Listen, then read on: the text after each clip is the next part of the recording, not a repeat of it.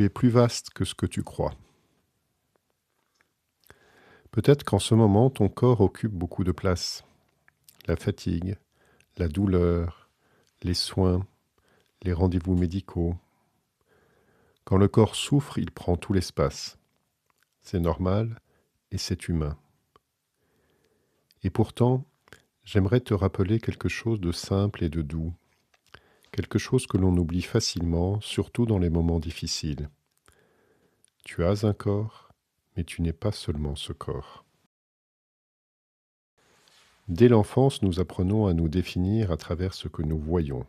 Un corps, un prénom, une histoire, une personnalité.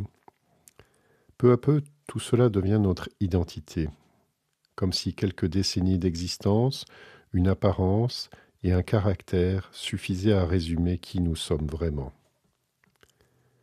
Mais est-ce que c'est vraiment tout ce que tu es ? Et si en réalité tu n'étais pas réductible à ce que tu montres, à ce que tu fais ou à ce que tu crois être ? Et si tu étais bien plus vaste que la somme de tes actions, de tes réussites et de tes erreurs ? Beaucoup le sentent à un moment ou à un autre de leur vie. Au-delà du corps, quelque chose demeure. Tu peux appeler cela l'âme, la conscience, l'esprit ou simplement la vie en toi. Le mot n'a pas d'importance. Ce qui compte, c'est cette intuition. Il y a en toi quelque chose que la maladie ne peut pas atteindre, quelque chose que la fatigue n'efface pas, quelque chose qui observe, qui ressent, qui est là, paisible et stable, même quand tout le reste vacille. Au fil de mon propre chemin, j'ai compris que je ne suis pas seulement le personnage que je joue au quotidien. Je suis aussi une présence plus profonde.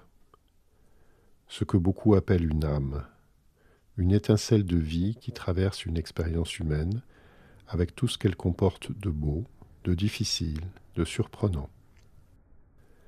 Je sais que cette idée peut sembler étrange ou même inconfortable, mais laisse-moi te dire ceci.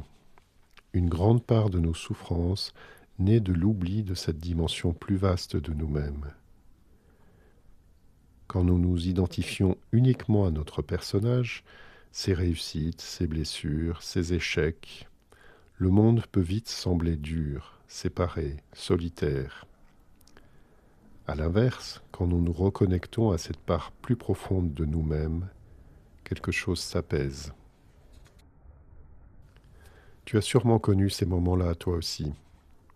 Des instants où, malgré la fatigue ou la peur, quelque chose en toi restait tranquille et présent, comme une petite lumière intérieure qui ne s'éteignait pas. Ce n'était pas de la volonté, ce n'était pas un effort, c'était simplement toi. Une part de toi plus profonde que les pensées, plus stable que les émotions. Cette part est là, encore maintenant. Tu peux être très fatigué et en même temps profondément vivant. Tu peux avoir peur et en même temps être porté par quelque chose de bien plus vaste que cette peur. Ces deux choses peuvent coexister. Cette vie qui est en toi ne s'use pas. La maladie peut épuiser le corps, l'âge peut le fragiliser. Mais cette présence intérieure, cette étincelle, elle ne vieillit pas. Elle ne tombe pas malade. Elle observe, elle ressent, elle est. Et elle sera encore là au moment du passage. Certains qui ont frôlé la mort et en sont revenus en témoignent.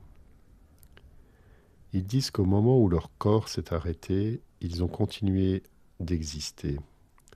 Ils ont continué à percevoir et à ressentir. Souvent avec une clarté, une légèreté et une paix qu'ils n'avaient jamais connue de leur vivant.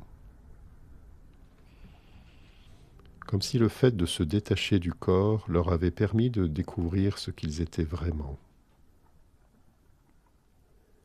Tu n'as rien à faire pour accéder à cette part de toi. Elle est déjà là. même si tu n'y crois pas vraiment, même si tu n'y penses pas, même si tout te semble lourd en ce moment, elle est là, stable, paisible, vivante. Je t'invite maintenant à un moment de pause.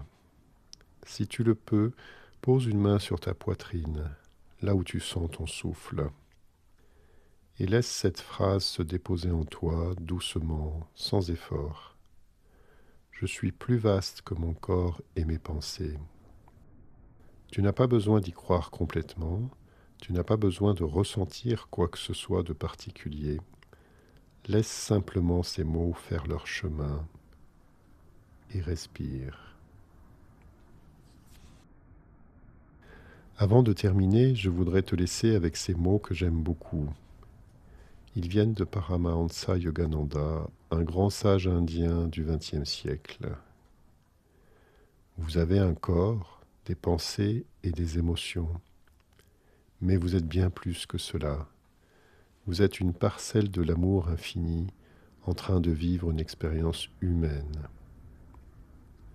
Une parcelle de l'amour infini en train de vivre une expérience humaine.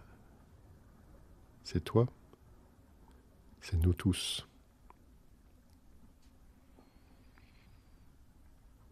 Dans la prochaine vidéo, nous allons explorer quelque chose d'essentiel.